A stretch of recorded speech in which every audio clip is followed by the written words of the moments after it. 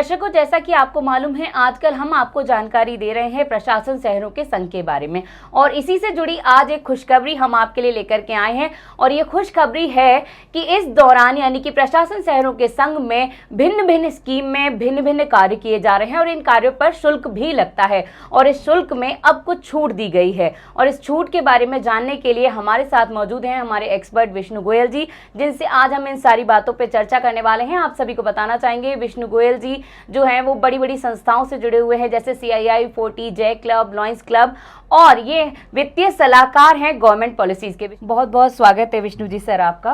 और सबसे पहले मेरा सवाल आपसे वही है कि इस अभियान के तहत किस प्रकार की छूट कार्यों में शुल्क में दी गई है और ये छूट हमें कब तक मिलती रहने वाली है? प्रशासन शहर के संघ अभियान में अनेक प्रकार के कार्य स्थानीय निकायों के द्वारा किए जा रहे हैं। स्थानीय निकाय का मतलब नगर पालिका, UIT, JDA, विकास प्राधिकरण, बीडा सभी शामिल हैं।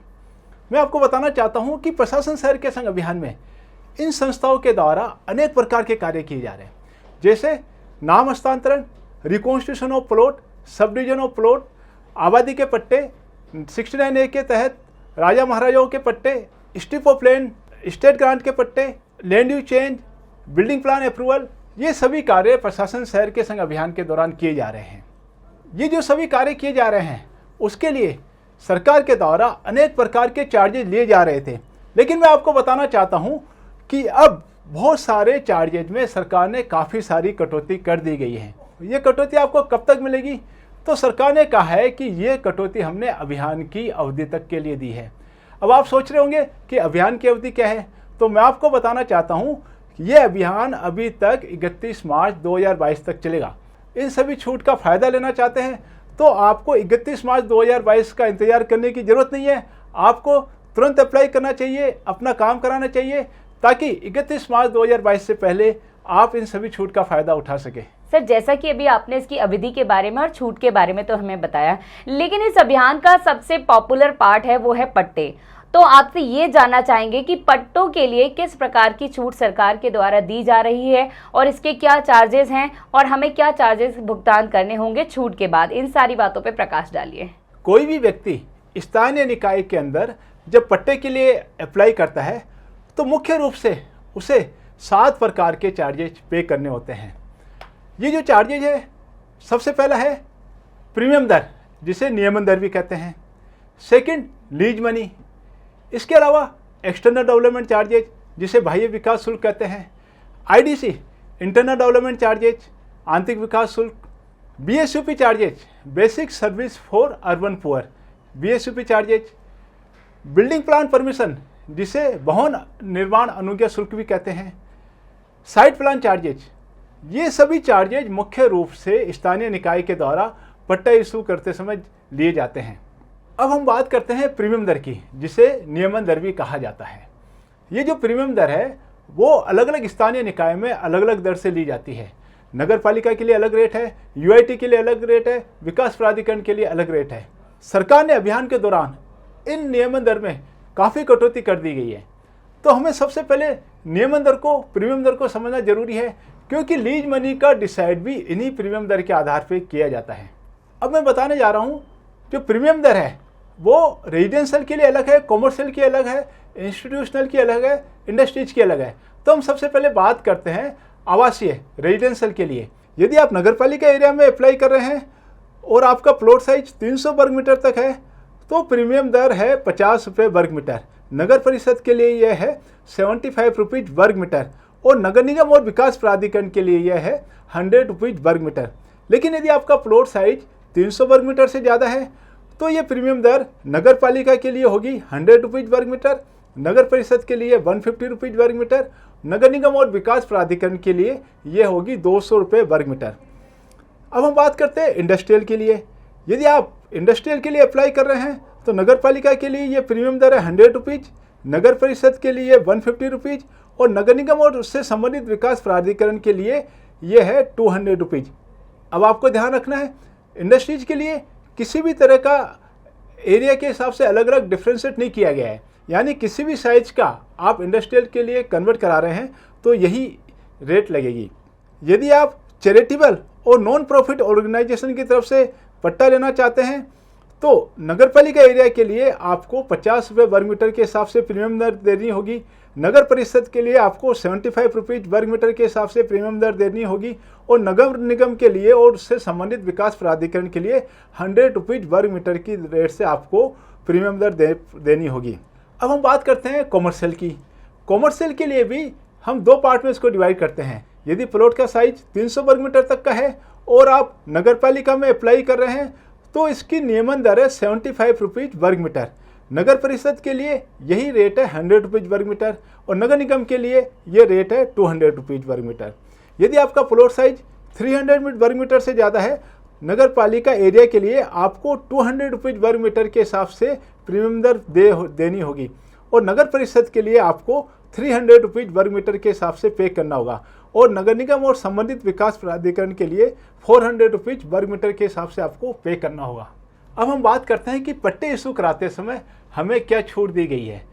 तो मैं सबसे पहले आपको बताना चाहता हूं कि यदि आप 31 मार्च 2019 से पहले की कोई भी अनुमोदित स्कीम के अंदर अप्लाई करते हैं और आपका प्लॉट साइज 300 स्क्वायर मीटर से कम है तो आपको बहुत सारी छूट दी गई है। आपको केवल 3 तरह के चार्जेज ही जमा कराने हैं। प्रीमियम दर जो मैंने आपको बता दी है वो आपको जमा करानी है। इसके अलावा आपको लीज मनी जमा करानी है। लीज मनी भी जो डिसाइड होती है वो प्रीमियम दर के आधार पर ही डिसाइड होती है। इसके अलावा आपको भवन निर्माण अनुज्ञा शुल्क जमा कराना है और भवन निर्माण अनुज्ञा शुल्क केवल वन टाइम एक मुश्त 500 रुपये जमा कराना है। तो ये सबसे बड़ी छूट इस अभियान के अंदर दी है कि यदि आपका प्लॉट साइज 300 वर्ग मीटर से कम है, 31 मार्च 2019 से पहले आपकी स्कीम अनुमोदित हो चुकी है, तो आपको केवल 3 तरह के ही ये चार्जेज जमा कराने हैं। इसके अलावा किसी भी तरह का कोई चार्जेज आपको जमा नहीं कराना है।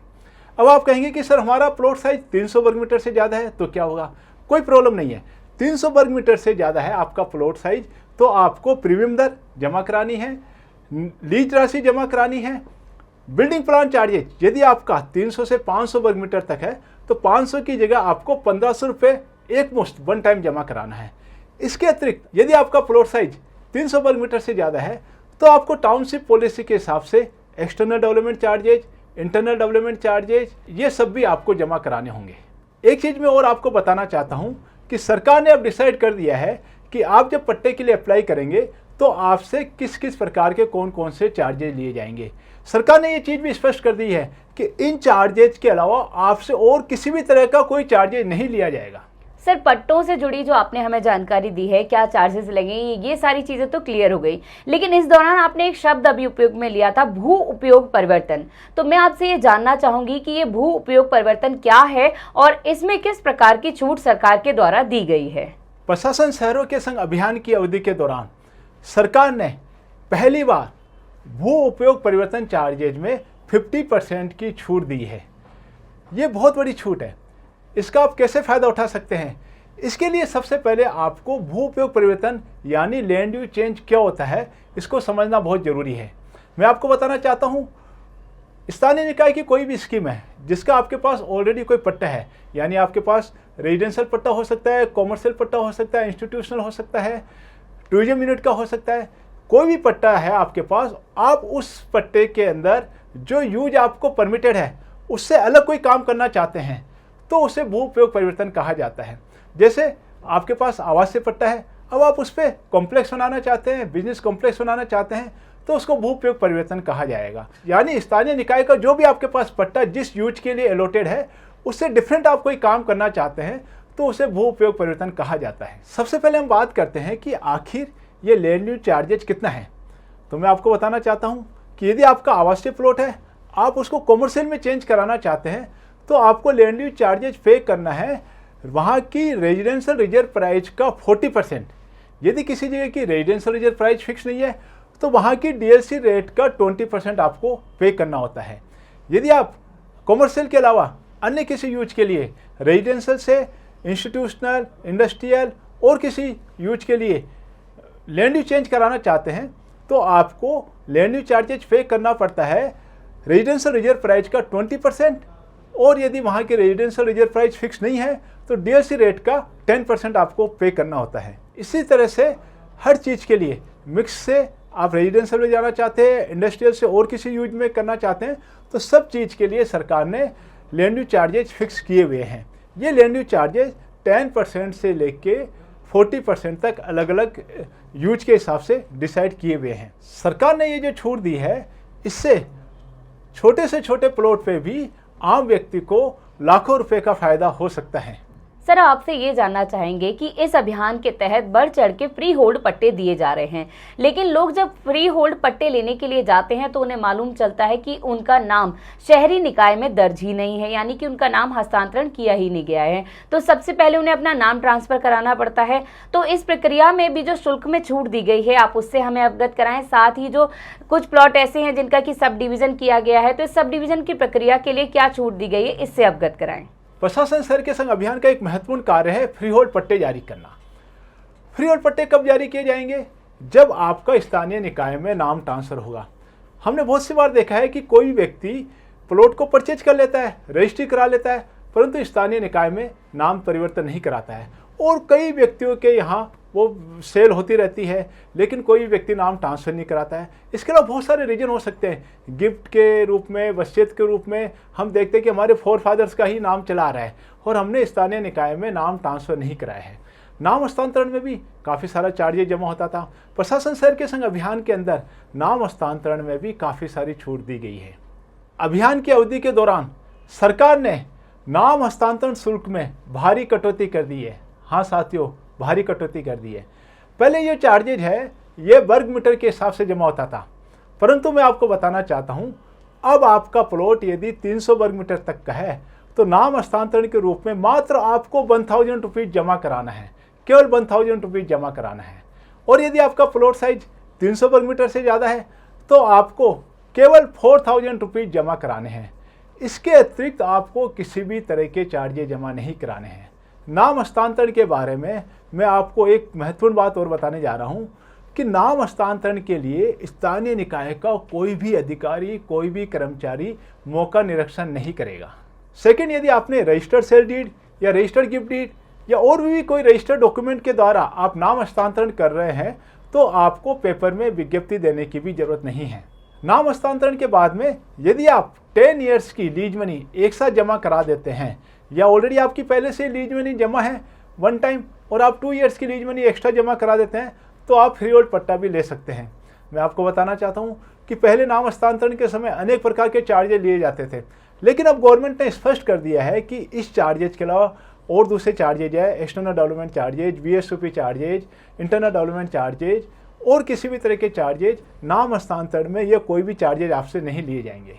अभियान के दौरान कोई भी व्यक्ति यदि अपने प्लॉट का रिकॉन्स्ट्रक्शन कराना चाहता है, सब डिवीजन कराना चाहता है, तो सरकार ने रिकॉन्स्ट्रक्शन और सब डिवीजन के चार्जेज में काफ़ी छूट दी है और अब एक बहुत कम रेट डिसाइड कर दी गई है और वो रेट है मात्र 25 रुपये स्क्वायर मीटर। यदि आप अपने किसी भी प्लॉट का रिकॉन्स्ट्रक्शन कराना चाहते हैं, सब डिवीजन कराना चाहते हैं, तो आपको केवल 25 रुपये वर्ग मीटर के हिसाब से ही चार्जेज जमा कराने हैं और ये चार्जेज जमा करा के आप किसी बड़े प्लॉट के अलग अलग सब डिवीजन करके अलग अलग फ्री होल्ड पट्टे ले सकते हैं। सर, कई बार ऐसा भी देखा गया है कि जब हम अपने प्लॉट का पट्टा लेने के लिए जाते हैं और हम देखते हैं कि हमारे आसपास जो स्ट्रिप ऑफ लैंड है उसका पट्टा हमारे पास नहीं है और हम उसका पट्टा लेने जा रहे हैं तो वहाँ पे इसके लिए बहुत अधिक शुल्क वसूला जाता है। क्या इस प्रकार के स्ट्रिप ऑफ लैंड के पट्टे के शुल्क में भी किसी प्रकार की छूट इस अभियान के तहत दी गई है? अगर दी गई है तो आप उसे हमें अवगत कराएं।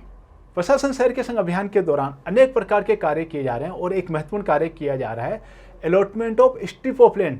यानी आपका कोई भी प्लॉट है और उसका कोई भी एरिया बड़ा हुआ है और आप उसका पट्टा लेना चाहते हैं तो आप उसके लिए अप्लाई कर सकते हैं। बड़ी हुई लैंड के लिए अप्लाई कर सकते हैं, स्ट्रिप ऑफ लैंड के लिए अप्लाई कर सकते हैं, आपको उसका पट्टा जारी कर दिया जाएगा। अब बात आती है चार्जेज की। स्ट्रिप ऑफ लैंड का जो अलॉटमेंट किया जाता था अभी तक वो किया जाता था जो भी वहाँ की रिजर्व प्राइस है उसके अकॉर्डिंगली किया जाता था। अभियान की अवधि के दौरान सरकार ने 300 वर्ग मीटर तक का यदि आपका रेजिडेंशियल प्लॉट है तो उसमें काफ़ी सारी छूट दी है। अब आपका यदि प्लॉट 300 वर्ग मीटर तक का है और आप स्ट्रिप ऑफ लैंड अलॉट कराना चाहते हैं तो रिजर्व प्राइस का केवल 10% आपको पे करना होगा।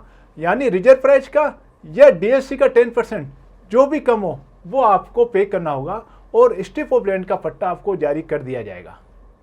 सर, इन सारी बातों के बारे में तो आपने हमें बहुत अच्छे तरीके से समझाया, लेकिन आपने एक शब्द उपयोग में लिया था, वो था कि बिल्डिंग कंस्ट्रक्शन परमिशन दी जा रही है इस अभियान के तहत। तो मैं आपसे अब ये जानना चाहूंगी कि जो बिल्डिंग कंस्ट्रक्शन परमिशन है, इसके लिए शुल्क में क्या छूट सरकार के द्वारा दी गई है? प्रशासन शहर के संग अभियान में सरकार का यह प्रयास है कि सभी काम एक साथ हो जाए, आपको बार बार स्थानीय निकाय के चक्कर नहीं लगाने पड़े।